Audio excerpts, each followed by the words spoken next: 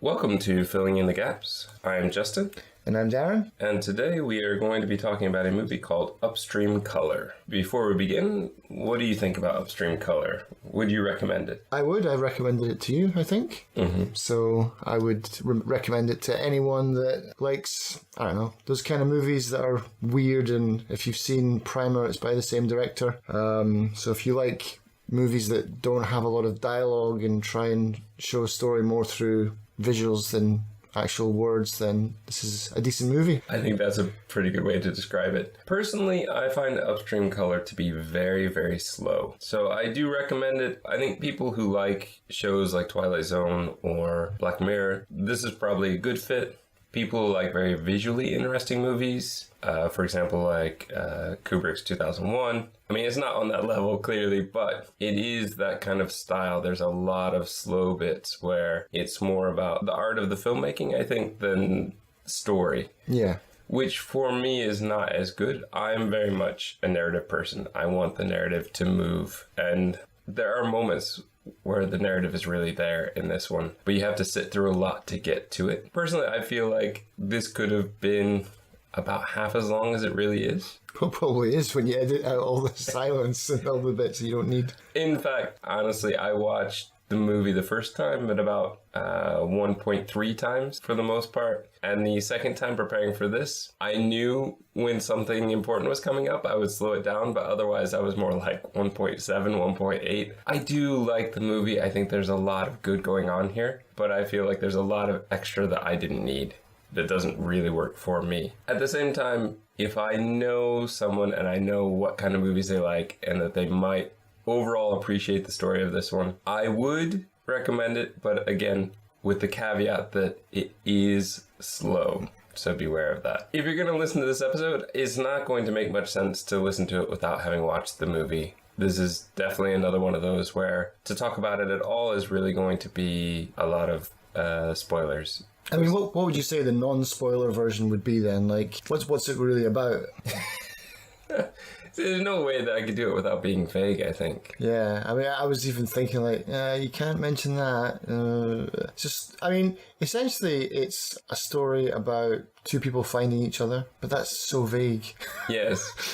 Okay. Well, actually, I like that. So, yeah, our vague description for you that will be spoiler free. Two people find each other that have a lot in common and they grow together, which sounds like so many other movies and is, but in this case, it's very unique. What they've gone through is very unique.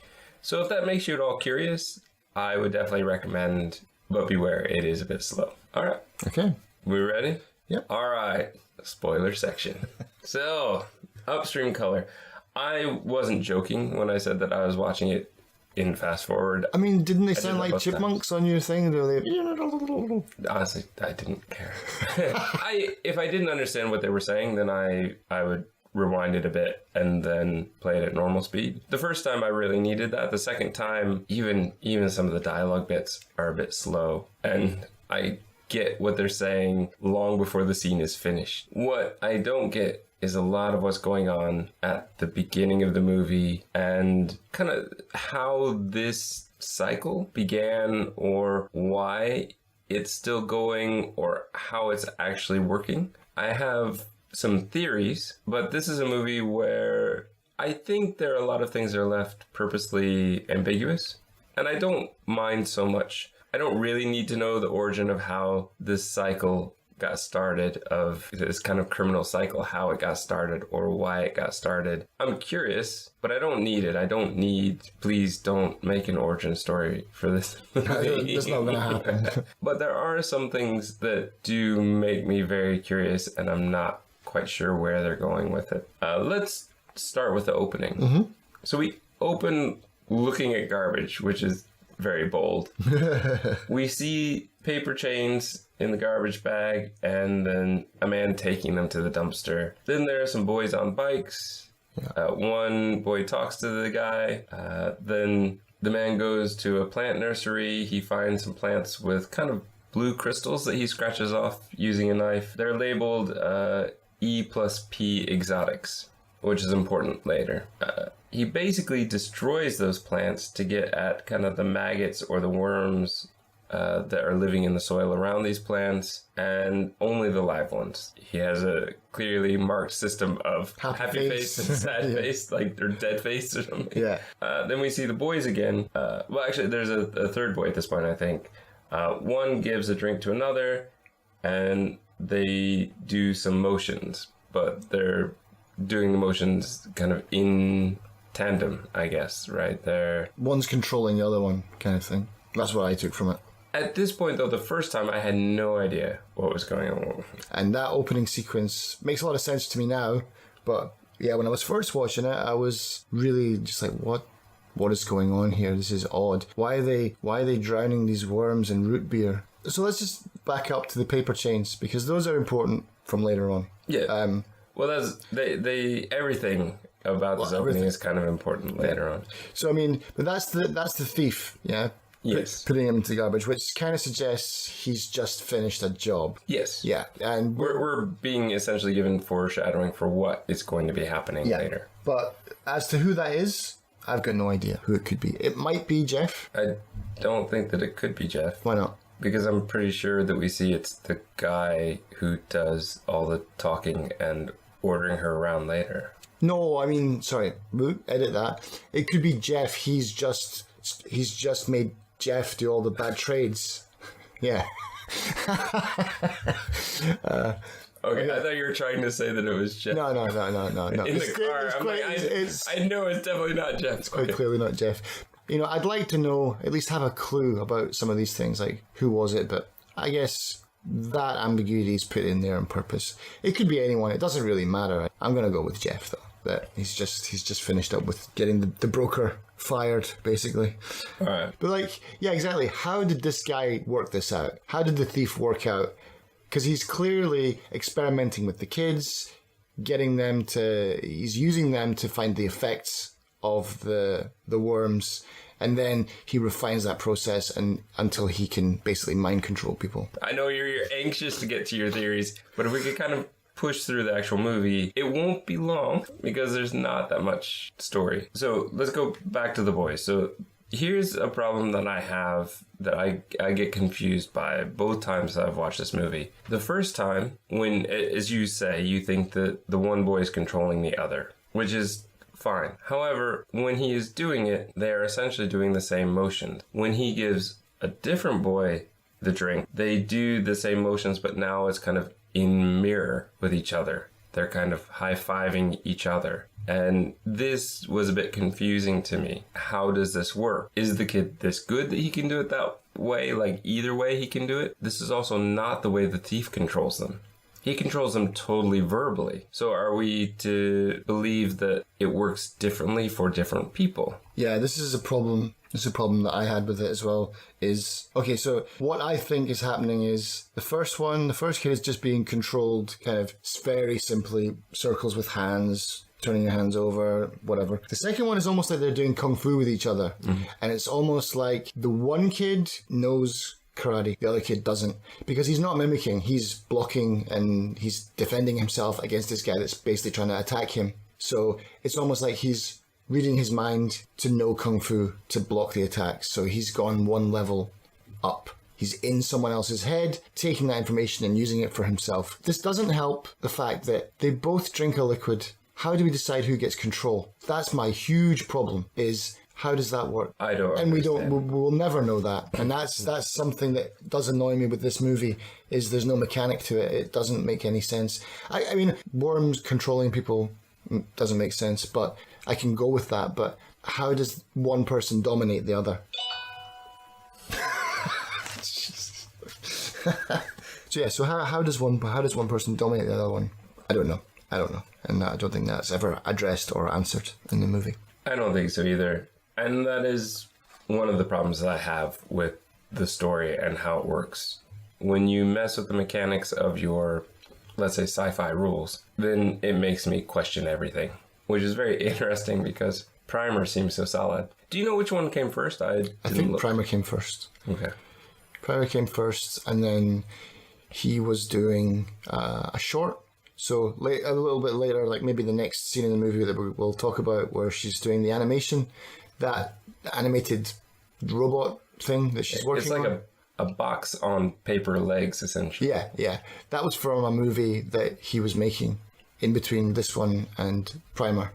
I wondered because that looked way too good of quality just to be thrown in there. In this kind of, what I would say is a fairly low budget movie. I mean, that's fair to say, right? Yeah. I'm not sure exactly how much it was, but it wasn't very high. But yeah, so basically he had this footage for a movie that he wanted to do.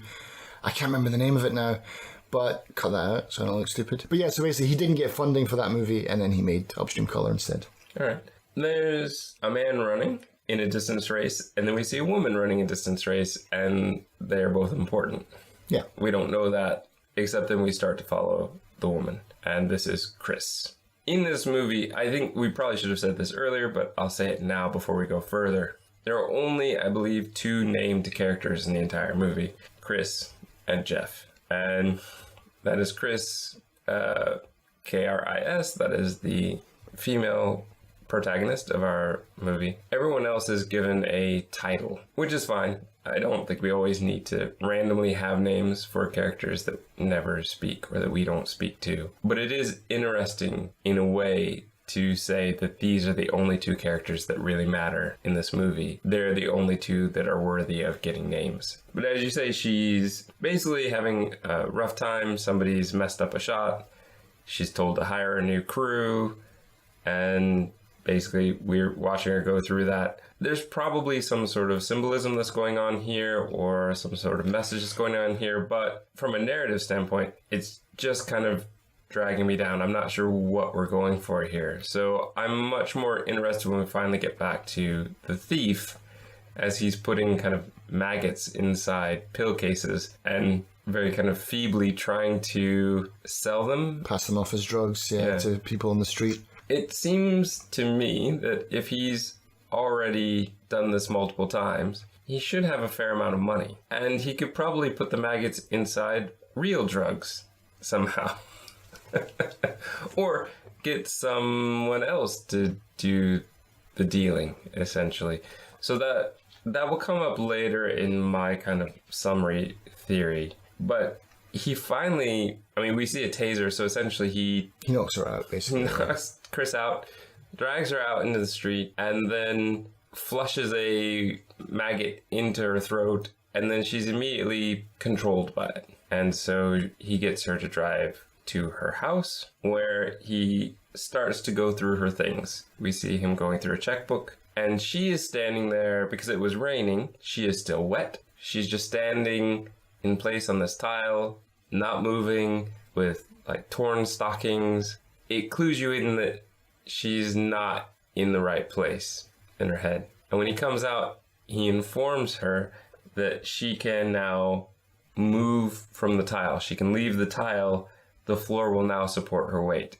And now she moves from the one tiny square in which she had been kind of placed.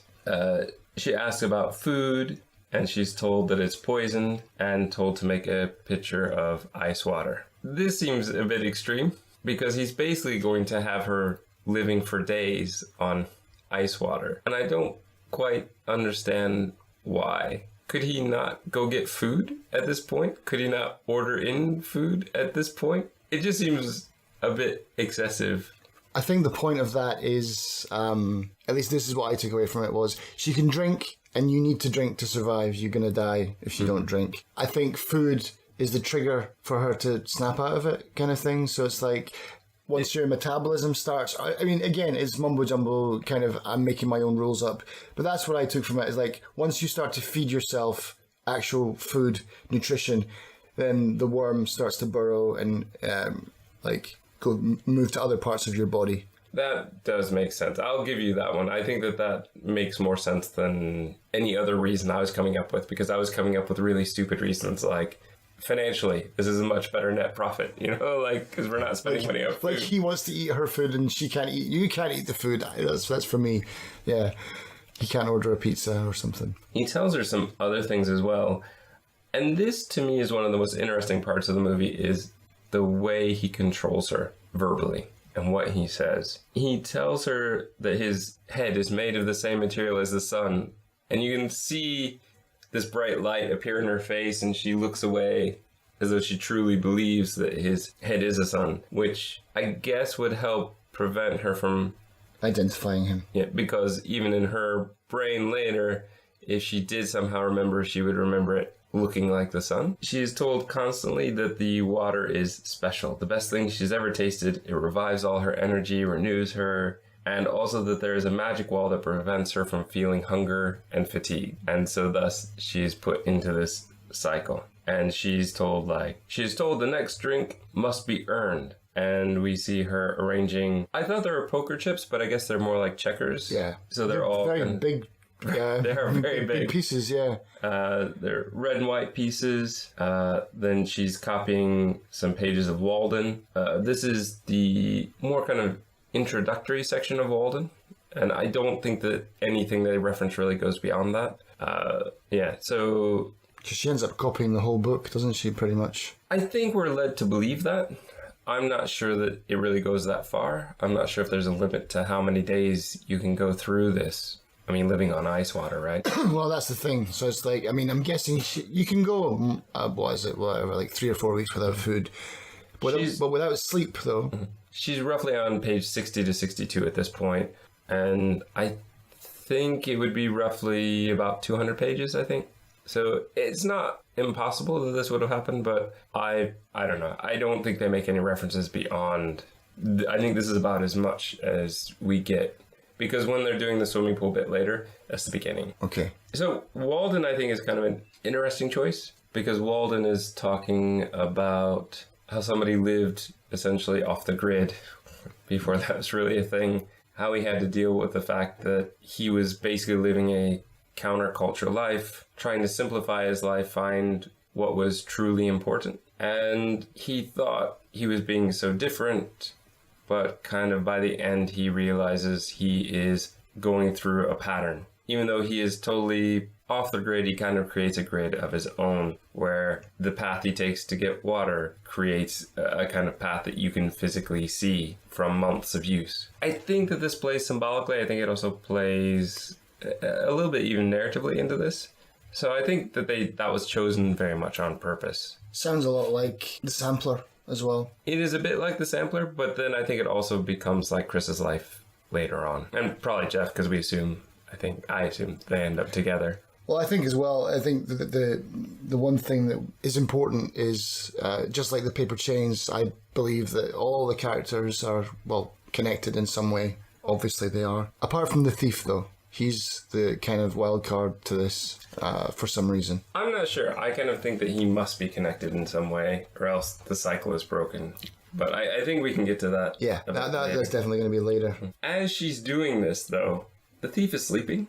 Yeah. And every time she finishes a paper link in the chain, she earns a drink. And you see her so relieved that she finally earns a drink. And then she starts again. Then the thief comes in and says the water's not appealing anymore. Chris is told her mother has been abducted and she needs money quickly. And this is how he starts to get all her financial information. Finds out about her special coins, what's the equity on your house, and he lays out clothes for her. He gets her to file equity. She comes back to the car, repeats word for word everything that happened in the bank, and this happens a couple times. We later see Chris knitting a scarf. She's playing checkers alone, making more paper chains, and drinking more water. So, I mean, basically, he's keeping her awake. That's now an established rule for that. And I like that. So, no food, no sleep. Those seem to be the two things that are the trigger to exiting this mind control state. She's also, at one point, laughing maniacally at a painting while she's eating, essentially, more ice cereal. Yeah. And the thief is inspecting the paintings. So, he is looking for any way to basically steal from her. She's told that the wall has crumbled, so Chris starts eating like a maniac because she hasn't eaten for days. Passes out in her bed, like covered in food, and the thief cleans up and removes any of the paper chains, removes Walden, and I guess evidence of himself being there, I would assume. But there are other things that he doesn't clean up, which I didn't quite understand. the checker set was left out. That must be hers. But it seems like there were a number of things that were out of place that he didn't bother to put back into place. So when she comes back more cognizant later, I'm not sure why he did that, given that it clued her in that something was wrong. She nearly calls 911, but doesn't. So I guess he's good. He knows what he's doing. He's obviously he's done it before, yep. So Chris wakes up, she notices the worm in her body, which is a bit of a creepy scene, and we see it burrowing. She tries to cut it out. that was, even when I watched this again recently, I was like, there's really no need to stab yourself so hard. She nearly buries that knife up to the hilt. It's like she's stabbing a watermelon. This makes me think that she is not completely in her right senses. She's still under the influence Like of some the kind worm. of side effects, maybe, kind of. Because she doesn't call a hospital. She No. doesn't call 911. She doesn't even call a friend and say, I think I'm going crazy. She simply tries to cut it out of herself. And this is where we finally see the sampler man, the man in the sweater. He's driving kind of like a big van or truck, and he has all these speakers and some medical equipment. And essentially he puts the speakers out. They release this thrumming sound over and over again, which seems to somehow call to Chris. And she comes. I'm not quite sure how this works because that seems like it would be very, very far away. They're not in town when he does that. Yeah, I don't know how that part... I mean... If we're to fill in the gaps, I would say the thief might have imprinted some sort of instructions. Or the worm is extra sensitive. It's the worm that's bringing her there. So maybe it's the worm that's super sensitive to the sounds. It is, but even still, how far away? It's definitely the worm because there have regular earthworms coming out of the ground due to the sound. So I think they're definitely trying to give you that impression. Because that's how you catch worms, isn't it? So that sound is, it's pulling the earthworms out of the ground. But she comes there, but this is a really important point because there's two ways that you can look at this. One, this is a hell of a coincidence that he just happened to be doing this and she happened to be wandering by. Or my theory, which is not in the movie at all, but the sampler and the thief know each other and the sampler and the thief have an arrangement. Oh, I totally agree with that. Yeah. Because otherwise, how would you know? Because the sampler basically has all of the... Well, we don't know how many of them are the victims of the thief directly, or if there are multiple thieves, but it's not his first time doing this, for sure. Right. So here we see a transfer of the worm, kind of medically, oddly, weirdly, and the worm is massive. Yes.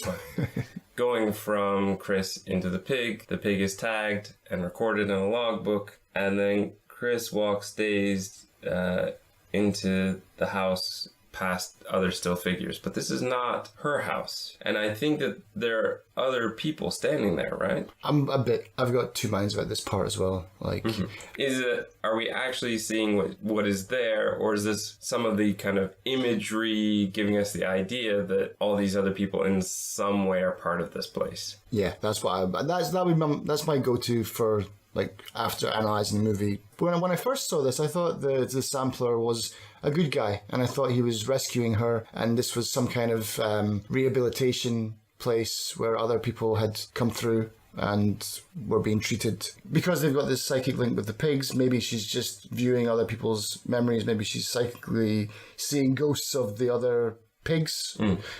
Or they're actually really there, and maybe she's a lucky one, and she's regained her consciousness again, and maybe these guys are just vegetables because they are just basically just standing there looking out a window. Which is confusing, yeah. And there's so many of them. It's almost like a hospice. I don't know.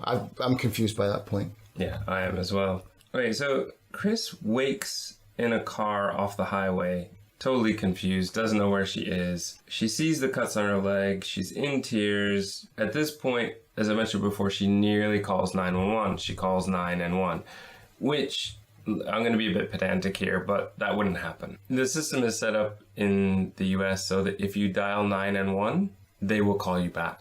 Oh. In case you didn't get to the third number. I have had this happen before where I accidentally called, I put in 911 and oh crap, and like I hang up And then they called me back just to be sure and talked to me for a couple minutes to make sure that everything was fine. I was calm. No, it was just a mistake. And so that is part of the system. So if she actually dialed 911, they would have called her back. Now, it is possible that they did, and she said, no, everything's fine. I accidentally dialed it because she didn't know what was going on. And that scene got cut, or it didn't seem important. But to me, I just kept going, no, that's I didn't know. Well, that's not something that I would have ever known or picked up on because, yeah, I didn't know that. But yeah, that's the thing is, though, is what would she say? Like, I've not been robbed. No one's in my house. I'm going crazy. But she could have seen things out of place and thought maybe people had come in and have them come over just in case. But she doesn't. She cleans up. She finds out a lot of terrible things, like her money is gone and that she's essentially fired from her job. She tries to give an excuse of having had the flu and a very high temperature, but to no avail because she walks out with a box in her hand. Essentially, she's fired. She's listening to music, kind of an odd music that we're given the impression that she can hear. There's another guy on the train who can hear that. That is Jeff. We're introduced to him kind of a second time in this way, but we see that there's kind of a connection. They start talking, and they're kind of at a cafe or something at one point, and she's giving her information, saying if you ever need signage, call this number. He doesn't want any signage. How many times does he say that? He says it many times, but I think that that's very good. That's a very clear way, I think, of him trying to say without directly saying, I like you. I'm not going to be calling about your signs. I want to know about you. But I think this is also her still dealing with her issues and trying to avoid that. I don't think she really wanted to get involved with anyone at this point, but Jeff's persistence kind of pays off, where he's saying, the next time they're on the train, you have to answer my calls. I can't keep doing it this way. You have to answer my calls.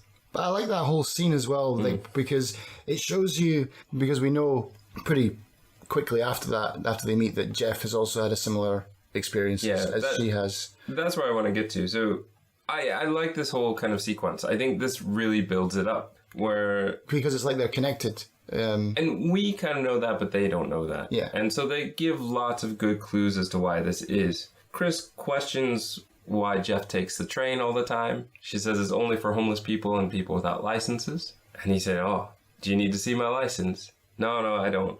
But she tries to push him away one last time by showing her medication, which I believe must be some sort of like psychiatric medication to help her out with what she thought was some sort of mental breakdown, and what I assume whoever gave her the medicine also believed. And granted, she was gone for possibly 4 to 5 days to a week.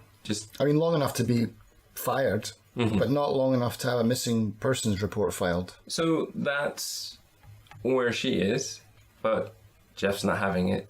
He's very dedicated to them being together, I think. Jeff admits he's divorced, and it's right after this point that we start to see more of their connections. He's talking to someone at a bar and randomly organizing kind of candies, I think, into different colors, which smacks very much of what we saw Chris going through. We see Chris at the same time swimming to the bottom of a pool, grabbing kind of hunks of concrete or something. Yeah, to bring those up. And we see Jeff make a chain of paper using straw wrappers. And he has this massive box of straws, which gives the impression that he does this a lot. This is a weird kind of... like a kind of coping mechanism almost. Yeah, or like a tick that he can't get over now. It's corrupted him in some way. I think this is a really important point, because this must be really traumatic. They've lost their entire memory of this situation.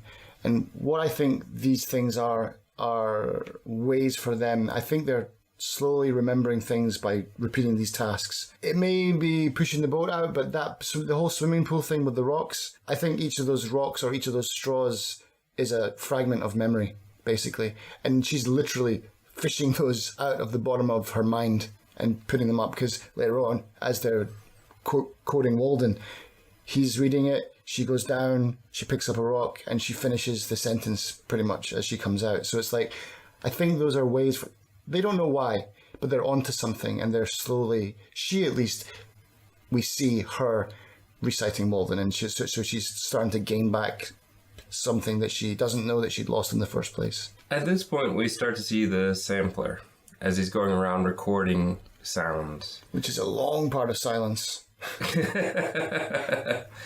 Yeah, this only really becomes important for a couple reasons. One, these sounds are creating the music that is kind of connecting him to Chris and Jeff in some way, or the way that they're kind of connecting themselves back to him, that they're hearing these sounds, but also later when they will start to revisit these locations. I think it's one way, though. I think it's, well, no, because later on, it's almost like the boys at the beginning. They learn, or at least she learns to control it, I think, because they trick him. But yeah, he's like I don't know what he is. Like, I honestly, he could be an alien for all I know.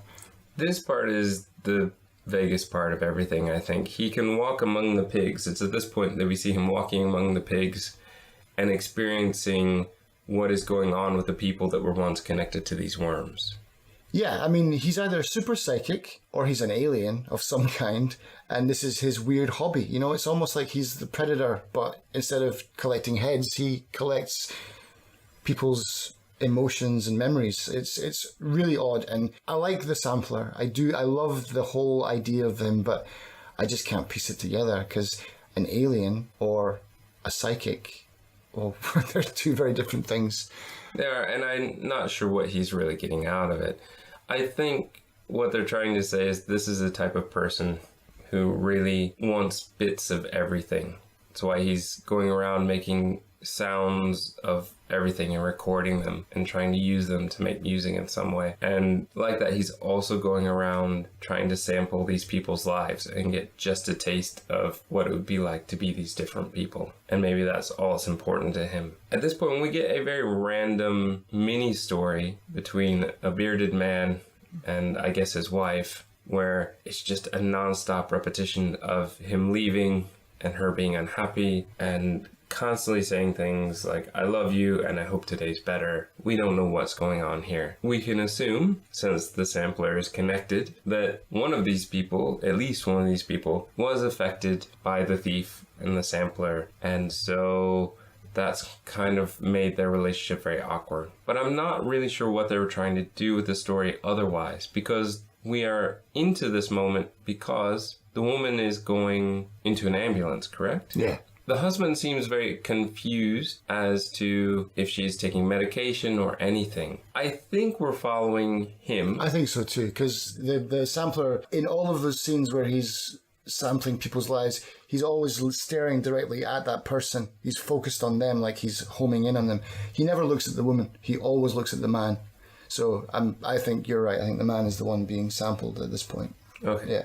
I'm not really sure what we're meant to really glean from this. I think basically it establishes a couple of rules that we get to see later.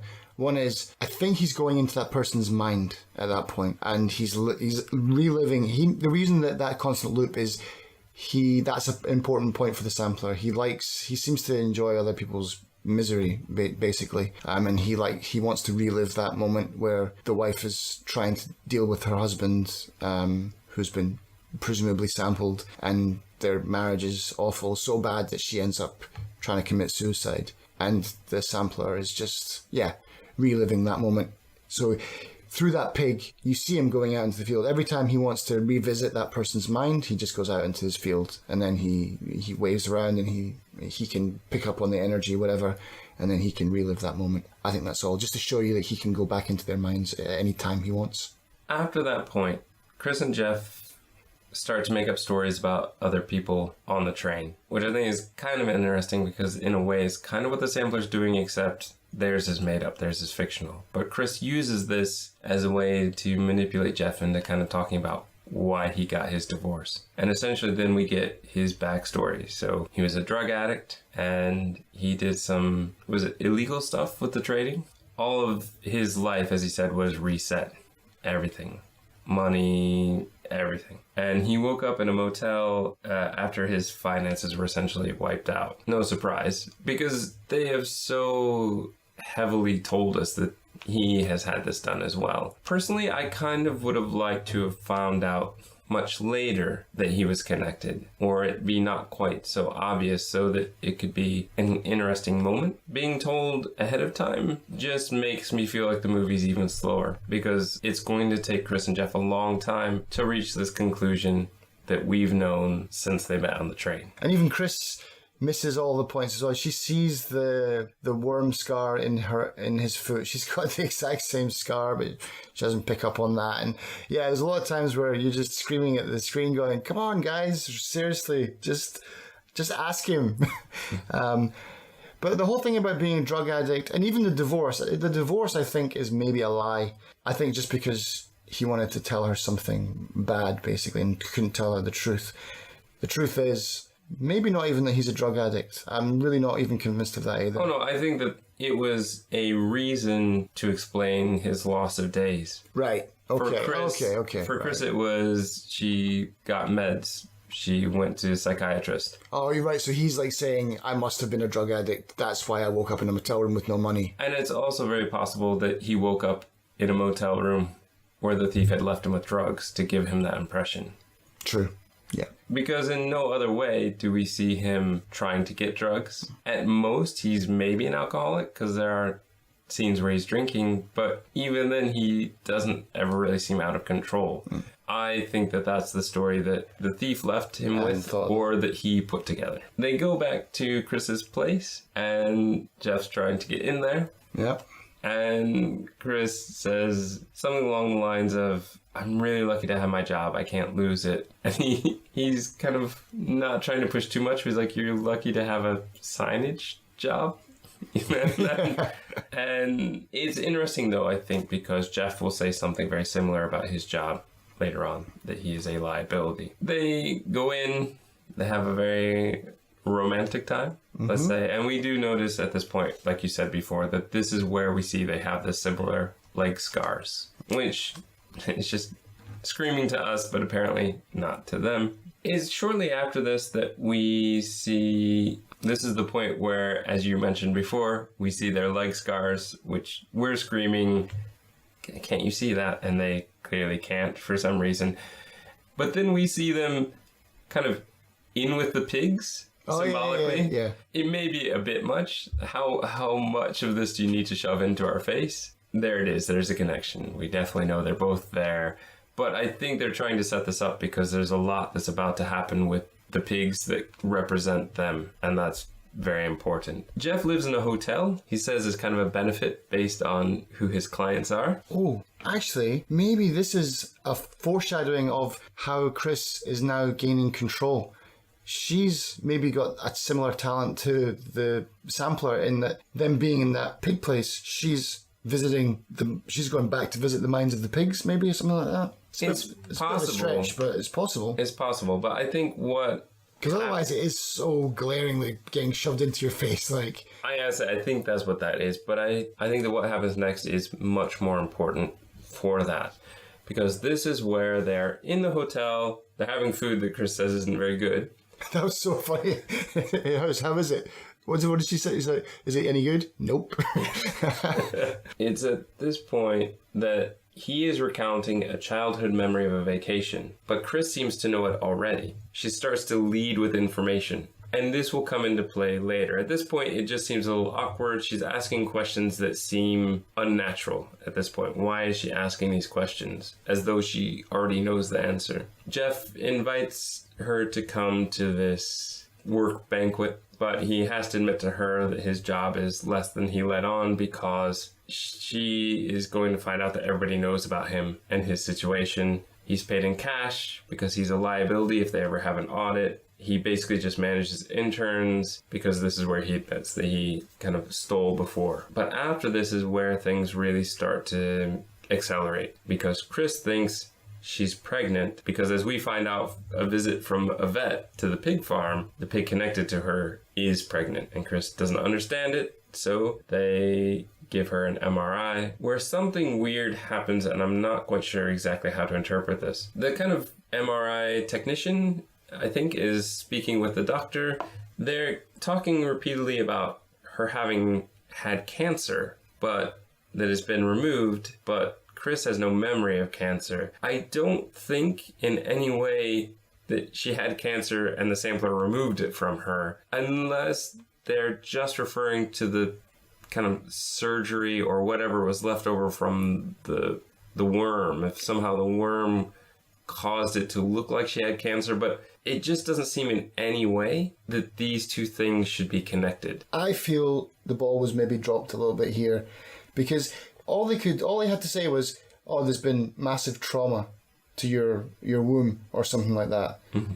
But they didn't really have to bring up cancer, because cancer just makes it confusing. Like you said, like, the way that I see it is the worm, a gigantic worm living in your body and being pulled out of you, like a Godzilla guinea worm would do a hell of a lot of damage to your internal organs and body and stuff, and you'd be lucky to survive. So trauma, yes, but why bother bringing up cancer? Let's just say you've been damaged. You can't have children. The end. I think that would have been much better. During the surgery, Jeff clearly is having symptoms of feeling a bit of pain as well. And I think this is where we have the scene where he's drinking a lot of alcohol, but it makes me believe that he's just trying to dull the pain. The physical pain that he can somehow feel because he's connected to her going through it. She's had anesthesia. He has not. And so thus, he's trying to self-medicate. Because this is the only time that we really see him even remotely look like he's overdoing it. And it's connected to this. Which again leads me to not really believe that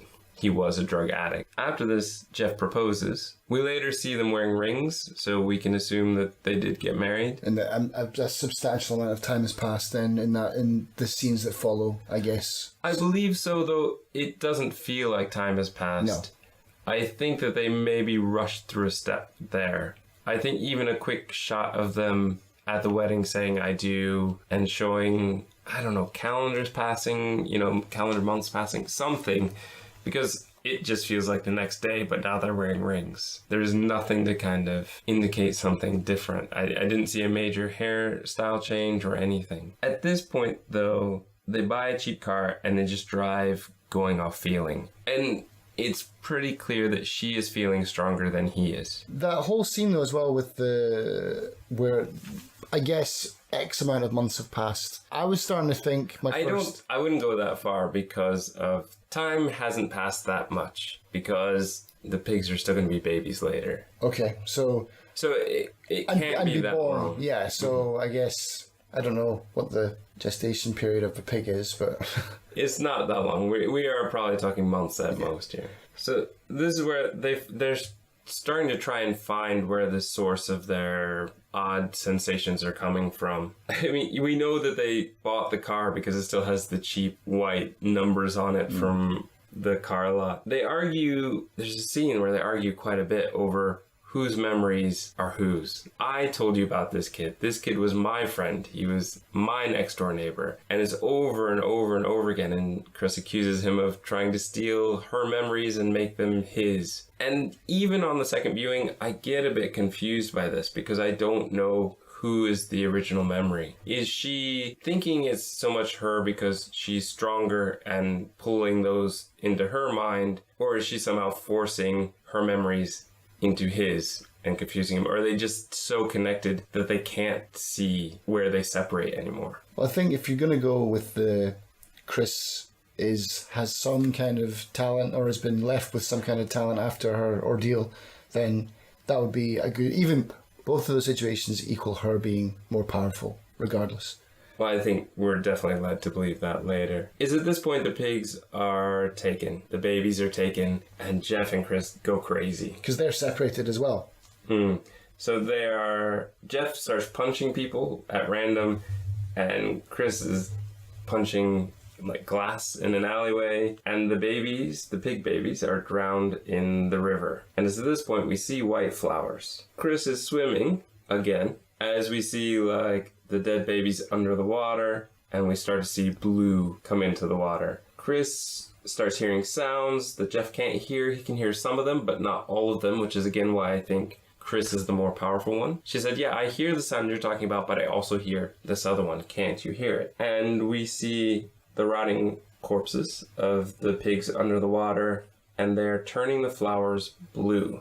and then 2 women come to collect them, and no surprise here, the plants are stamped with E+P exotics. Okay, the circle is now complete. We know how this circle works. So clearly, at this point, we know that they get the plants, the thief gets the plants to get the maggots, he puts them into people, and then eventually the sampler gets the people, puts the worms into the pigs so he has them, and then if they're babies, the cycle starts over again. At least that's the only way I can see the cycle. That's exactly, yeah. It just, there's no way to know how it began. Jeff finds Chris swimming, and every time she comes up, she starts quoting a bit of Walden. He's writing it down, she sees it. I don't quite understand at this point, because I feel like they skipped a step. But she just walks in the library and grabs Walden and goes, wow, this is the book. I think that they missed something where she should have typed it into a search engine or asked the librarian. I actually wrote that down. Is this whole movie set like in 1990? Because there's no Google, you know? It's like, who goes to a library to look up a book? I think that would be fine, but how did she know to walk to that book? She walked right to the book and started looking at it. They skipped a step somewhere in there. I mean, we could fill in the gaps easily, but yeah. Why bother? Yeah. Then they attempt to... It's a good scene, but it also doesn't quite work for me, where she's swimming and he starts quoting, and every time she comes up, she's filling in where he left off. I like the idea. It shows what's going on, but at the same time, I just couldn't get over the fact that how is it not going faster in her head while she's swimming? And when she comes up, they're always in exactly the right spot. Isn't that the thing? They're finishing each other's sentences. You know, it's a tale of romance as well. If you're feeling it that way, that they're so connected and that's how they're doing it, I'll give you that one. I think that that's a very plausible thing. But when I'm watching it, I'm just going, there's just no way that every time she comes up, she's perfectly in sync with what he's saying. And at this point, this is page 1 of the book that they're quoting at this point. So is she able to quote from any point where he starts because she knows it that well? Because that was my other thing, was I was given the impression that every time she swam, she might be thinking of later things. Then, like every time she goes to swim, she gets further in the book in her mind, yet here we're back at the beginning. So, but I think that's just me being a bit nitpicky. I think it's not really that important. I think the other thing is that the whole, there's more to your brain kind of theory as well. Like, maybe the thief actually unlocked something in her, because when you think about it, now she's reciting Walden word for word, just from copying it one time. As far as we know, yeah. But like you said, with the amount of, you can't survive that long without sleep. You can go without food longer than you can go without sleep for sure. But even if she was awake for a week, you're pushing it. But even the whole, him programming her to verbatim tell the conversations that she's been having with people, it's like something is afoot, and maybe that's come with her. And now and I guess now we're seeing that she's not in the worm state anymore. This is her real life, and she's still got this ability, is what that scene also shows, maybe. This is also an important scene because once she's realized this is where it's come from, it starts to unlock a lot of things for her. While she's under the water, she starts to see the flowers to the point where she can almost, it looks like she's grabbing them, but I think it's more giving the impression that she can almost grab them. She can feel them in a way that the sampler has kind of been experiencing other people's lives. She's now kind of reverse doing this now. She's finding her way to do it. They drive, and this is where they start to see places the sampler has been. Yeah. The kind of telephone pole, the metal tunnel, tube where he was dropping the rocks. They're following. And they eventually get to essentially his house, where it's like Quinoa Valley Recording Company. They find the CDs, they take them home, they start listening to them. And essentially, Jeff tries, but he seems to not do it. Chris is able to use the music to find the sampler. And I think it's likely the first time this has ever happened, because the sampler seems completely taken aback by this. And he seems to be having a heart attack, but then she shoots him. So I'm not sure if he was just totally in shock, or if it somehow caused him physical pain for this to happen, but she doesn't mess about, so she shoots him. But I was honestly very confused by this, because she seems to just be listening and kind of sampling him, but then she's in the physical world with him. So I'm not exactly sure how that works. Yeah, I don't know. I like the scene. I like the whole scene, because I just don't really understand it. I like it because I don't understand it. Yes, that would be you. Because, I mean, okay, so basically they're using she is now using Jeff's mind to lure the sampler. The sampler enters. She also, at this point, jumps into either the sampler's mind or Jeff's mind, probably Jeff's. The sampler sees her, sees that she notices him, and then, yeah, he's like freaked out. He's like, yeah, this is what's going on. Yeah, is he having a heart attack? But even the shot in that room is like the same as the pig farm where she shoots him. So I don't know if that's happening at the same time. If she's like because she's obviously alone in the pig farm because she walks back alone. Mm-hmm. Did she just leave? Did she just get Jeff close enough to attract him, take his mind off of it, and then physically shoot him in the real world while simultaneously visiting him through Jeff's mind in the worm phase? I don't know. And I don't think that we're necessarily meant to know. Yeah. Chris takes the records box, so she knows who all the other pigs are tied to. Sends a copy of Walton to all of them. The group takes over the farm. They care nicely for the pigs. They all seem happy. We see the women looking for the flowers. They're only white flowers now. And so that means there's no more drug. The cycle is broken. Chris kisses a pig. That's the end of the movie. Yes. Oh. Chris kisses a pig. That's the end of the movie. Well, that is the end of the movie. That's the very end of the movie. But, I think... That's nice, though, because she gets to have her babies. In a way, right? Yeah. I think that that's what they're trying to imply. This is where I really want to start getting into kind of a summation theory. What do we think happens? So for me, one of the most confusing things is how does the thief play into this? Is the thief part of this? And I think...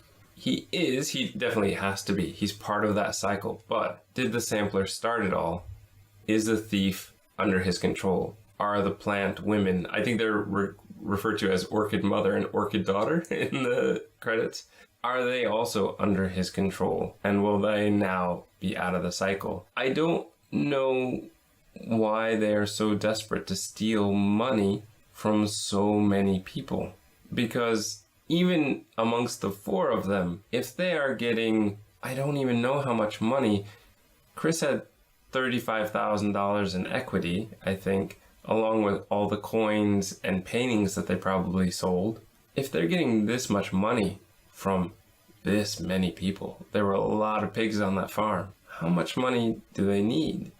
The sampler doesn't seem to need the money. Is he giving the money to the thief? Is the thief somehow actually the one who started it? Is he the beginning of the cycle? He was the beginning of the movie. Yeah. So I'm not exactly sure how it plays into it. Are the others being mind controlled in any way? I hadn't thought about that, about the orchid hunters though. Because yeah, they go to that spot, they know that's where it grows. I mean, unless they're just like, these are just really rare orchids and I mean, the way that I saw it was just, they were hunters. They knew where these really rare blue orchids grew, and now they're not growing anymore. And it's the whole title of the movie is Upstream Color, so it's like that's where they find it. They find it upstream. And yeah, I don't think there's anything sinister with the orchid hunters, but I could be wrong. I didn't even think about they could all be mind controlled at this point. I didn't even think about that, to be honest. It's possible. It's possible, but it's me filling in the gaps. I'm not sure that there's any definitive thing. But I mean, we do know as well that I don't think they're being controlled because like they can't eat. And after the worm is out, they do have a sense of at least some free will. If we're going by your theory, yes, that they need to eat and sleep. And that doing those things will interrupt the worm's effectiveness, then yeah, I agree. If we go by that theory, then clearly they're all aware, they are all part of it. But I think that they must all be in on it. You're saying the plant women aren't. I think that they must be. I don't think that they would be so shocked to go to that point and find only natural and kind of white flowers at that point. I think they just look bummed out. They're just like, oh, that was like, we got like used to get 10 grand for that flower, you know. It was a big product for us, you know. That was the only one that we had, you know. It was really rare, and now it's not growing anymore. That's what I take away from it. The thief shot, he's also very bummed because he's like, oh, well, that's the end of my mind control business, which I'm assuming was connected with the sampler. The money part, the only thing that I could make heads or tails of with that is he maybe split the money with the thief and took a cut, because maintaining a farm, and I'm not sure his records are flying off the shelf. Yeah, what was he doing? Obviously, yeah, I don't know. Again, was he an alien? Who knows? That's a big grey area that we'll never know. I've got no idea. He's got like the whole third rock from the sun, John Lithgow forehead thing going on. So he could be an alien. They could be related. I don't know that it matters. It does to me, because this is a really important point, because it's like, why are you doing this? Why are you doing this? How are you doing this? Those are two really important questions that are unanswered. And while I enjoy making up theories, I can't for this one because, well, I can, but it's like, so there's probably, you could fill in that blank with an infinite number of answers. He's God. He's an alien. He's a robot. He's a cyborg from the future. Who knows? Cyborg that likes Mozart and likes to make music. Welcome to my world. Whenever you bring up anything and you start filling in the gaps, this is what I'm trying to tell you. That you are putting in information that could be anything. There you go. But I mean, I think when I say my ideas, I've got some kind of evidence to back it up. Whereas this movie doesn't necessarily give us anything to go on. And thus, your alien theory, though that's fun, we have no evidence to prove he's an alien. I would say he's human. I think they're all human, a little messed up that they would do this much control and taking over and stealing from all these people and essentially ruining their lives. Because we've seen it twice. I assume actually 3 times, because of that kind of intermission story with the man in the beard, that this kind of ruins people's lives. Yeah, and not even the person that's under the control with the husband and wife story. It's like she's the one that kills herself in the end. She's the one, not even the one that was directly affected by it. So they're pretty awful people. My personal belief is that everybody in this cycle knows what's going on. You don't necessarily believe that. I'm not sure that it really matters, though, overall. I would again say, like, for me, this movie, though I really like it, should be more along the lines of a Black Mirror episode and should only be about 45 minutes long. The artistic side of it, I could understand some people appreciating. It's just not for me. The narrative side of it is a bit ambiguous, and I think for something like a 45-minute episode, that would be much more acceptable. When you have an hour and a half to put things together and you don't tie it up a little bit neater than this, then I feel like something is missing. But it's still an interesting concept, and definitely something that was unique in many ways to anything else that I've seen. So it was well worth it for that. But will I watch it again? Not anytime soon. Maybe after you watch Primer, you can watch this one again. To watch Primer again. To watch this one. No, I don't think that I will. I think it's very interesting that Primer to me felt much more... I think we may be talking about Primer in the future. A movie that is so much more dialogue driven. Yeah, they're almost opposites. Mm-hmm. Whereas this one is so much more kind of artistically driven. Yeah, like you said, it's very kind of opposite... Not really opposites, but opposite kinds of storytelling. Yeah. Well, I think that's it. I'm not sure that we've really filled in the gaps for anyone on this one, but maybe they're not meant to be filled in. Gaps filled are more gaps created.